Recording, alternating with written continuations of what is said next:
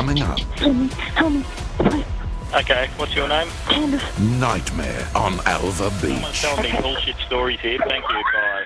The party that ended with 2 men stabbed to death. This looks like a war zone. But why? I was just trying to help her. A police officer questions his own investigation. Whilst you have an opportunity to interview a suspect, some hard questions should be asked. That's next on 60 Minutes. One night, 5 strangers, many drinks, 2 dead. What occurred 7 years ago at the tiny settlement of Alva Beach in North Queensland simply shouldn't have. It began innocently enough with a small impromptu beach party, but somehow hours later became a frantic search for an injured woman, which in turn led to a home invasion that ended with a teenager stabbing 2 men to death. Confused? Well, imagine being one of the first police officers called to this nightmare of an incident. Tonight, you'll meet that man and hear why all these years later he says the investigation into what went on was deeply flawed.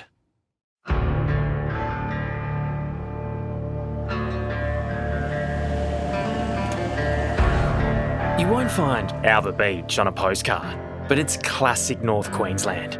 Empty beaches, fishing, boats and beer. It's also home for local retired cop Justin Luke. Justin? Hey mate, good to see you. How you going? Good to see you. Good. This is it, eh? Ready to go out for a run? Yeah, absolutely. What do people normally go for here? Crab, sparrow, mangrove jack. Yeah. Despite its laid-back charm, Justin Luke has a complicated relationship with Alva Beach. It's the scene of an incident that was so horrendous it ended his career. I can't even remember the last time I come out in the water. That incident at Alva Beach that night stopped me. Well, Justin, mate, I can see the tears in your eyes already. Yeah. Yeah, I think people just don't understand, the impacts of PTSD on someone. Don't move! In the early hours of October 1st, 2018, Justin and another officer were called to a house on Topton Street. What confronted them was horrific and bloody. 2 men, Corey Christensen, 37, and Tom Davey, 27, lay dead. A short distance away, 19-year-old Dean Webber was covered in blood. You're not stabbed or nothing? Is there anyone else in the house? Adding to the perplexing scene, somehow Tom Davey's girlfriend, 29-year-old Candace Locke, was lying in the kitchen, partly undressed and in distress. Okay, just relax, it's okay. It's really painful. Okay, we'll be with you in a minute. It was chaotic and confusing, but Justin Luke knew his first job was to secure the scene. And I quickly moved through the house, but we were exposed. Please! Like it was a high-risk situation. His next task was to try and make some sense of what was going on. So she was here, but they Dean Webber, the teenager covered in blood, shocked him by straight away admitting he'd stabbed Tom and Corey after they burst into his home with a third man, Louis Bengoa, and attacked him. And I didn't want to assume that the small person in front of me had done anything. I just didn't know. It looked like a case of self-defence, that Webber had been protecting his property and had been violently set upon. It's the police, mate! But as you'll see, there's much more to this bizarre killing. Is he dead? Is he definitely dead? Tonight, 7 years on, Justin Luke wants the world to know why he thinks the case was handled so poorly. And he's not holding back, raising questions about the accepted version of events and why, in his opinion, more investigation is needed. Why are you speaking to us now? What I have to say, I think certain police didn't want me to say. I'm not a police officer anymore. So I feel like I can speak a little bit more freely. You are under arrest at this point in time. Do you understand that? I understand that fully. Okay. Central to this case is the one time Dean Webber was formally interviewed by police about what went on. It was just hours after Webber was arrested. This is the first time it's been shown publicly. Over there. There are three men in the room. Justin on the left, lead detective Gavin Neal in the middle, and Webber on the right. The young man is adamant he acted in self-defence when he killed Tom Davey and Corey Christensen. So, you know when you said you felt your life's in danger at that time, what made you feel that your life was in danger? The fact that these people are trying to get into my house, you know, and hurt one of us. There was three of them. You know, the main bloke that got me, then his mate holding me, and then the third one, I don't know where he was, and he was in the house, but I don't know where. I can't remember. Are you sure he came in? Yes, there were three of them. Three of them came through the house, yeah, in a V formation. Yep. Even though Justin Luke was involved in the early stages of the investigation, he now admits some responsibility for its shortcomings. And as the years go on, he's become more critical that at the time, in his view, police procedures weren't followed properly. I mean, forensics hadn't been through the house. We hadn't considered, the blood on the fridge. We hadn't considered the blood outside. There are so many things that I think as police should have been considered before any decisions were made. There's no doubt the police interview shows an understandably frightened Dean Webber, and there's no suggestion that he's lying. But Justin claims that police too quickly adopted his self-defence plea. He says basic facts hadn't been established, like who was even in the house and when. But that's just the start. There was a number of defensive wounds on one of the victims. Like, did we take that into consideration before making decisions? The families would argue, no, not at all. That's confusing, isn't it? Two people have lost their lives, and it seems like an opinion was formed very quickly, and it just seems like everything had to fit into that opinion.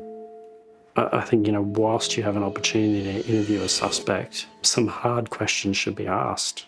And there wasn't a lot of challenging going on to Dean's account of what he said happened.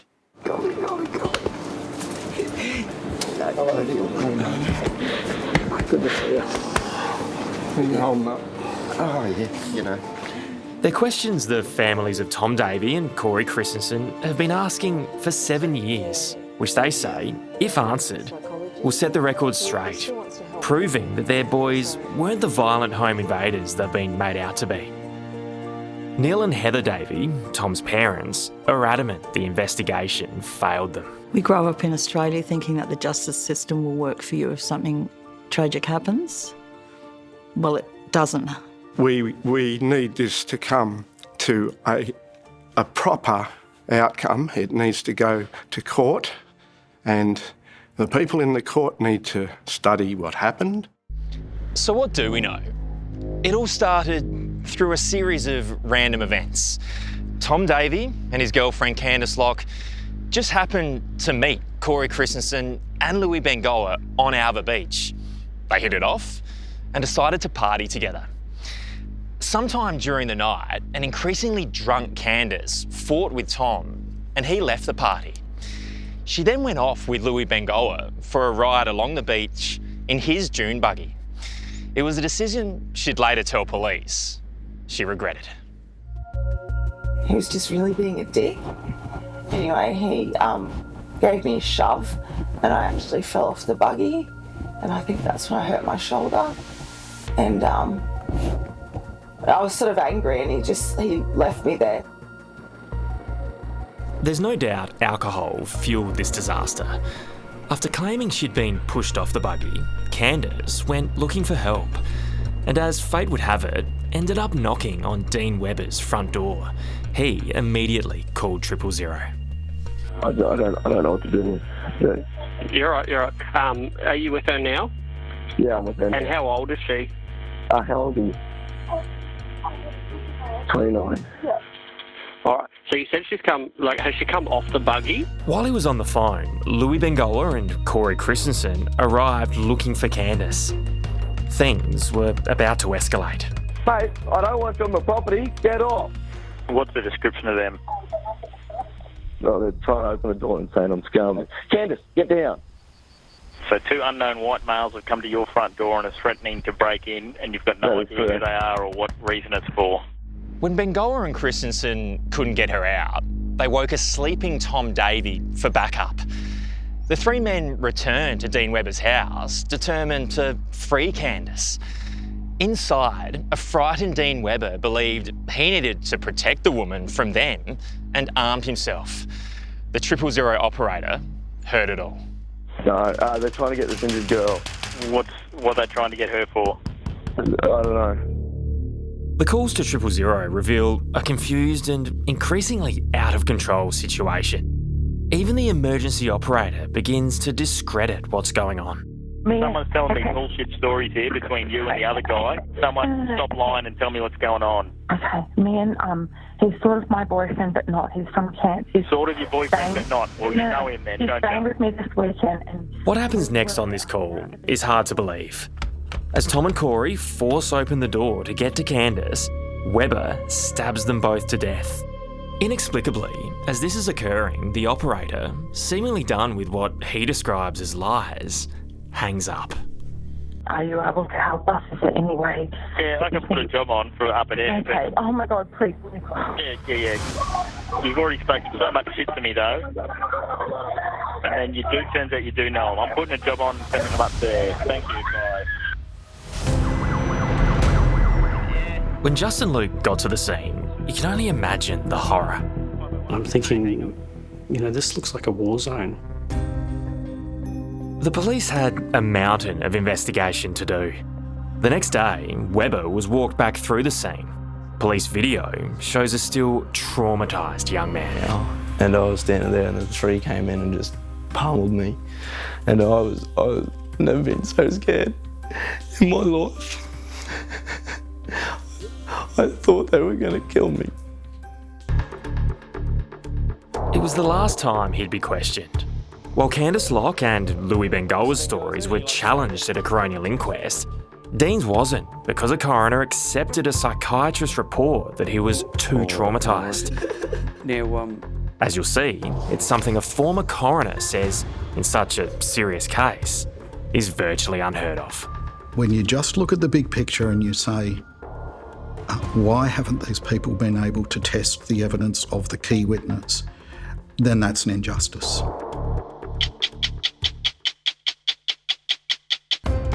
Surely you've got police. I need police now. Now, they're breaking in. Police. I need police right now, they're breaking in. It's still impossible to make sense of this deadly night in North Queensland. This is a knife on the bench here. Are you injured at all? How do a series of encounters between mostly strangers who've never been in trouble with police before, and with 2 of them, Tom Davey and Corey Christensen, stabbed and killed by a teenager no less, Dean Webber? I've been on the 000 the whole time. No, have you? As Tom Davey's girlfriend, Candace Locke, was yelling on the floor, drunk and injured. They're not here. They're not in the house. But now, 7 years on, a retired policeman who was there that night, Justin Luke, is saying the response and investigation were botched. And I'm an experienced police officer and I'm feeling that way about it. So I can't imagine what the families feel. As confusing as the night at Alva Beach was, a coronial inquest into the deaths wasn't much better. In 2020, 2 years after the stabbings, Dean Webber's version of events wasn't tested because it was ruled he was mentally unfit to give evidence. Police, Tom's girlfriend Candace Locke, and Corey's friend Louis Bengoa, though, were all grilled in court. Is there anything you really do remember?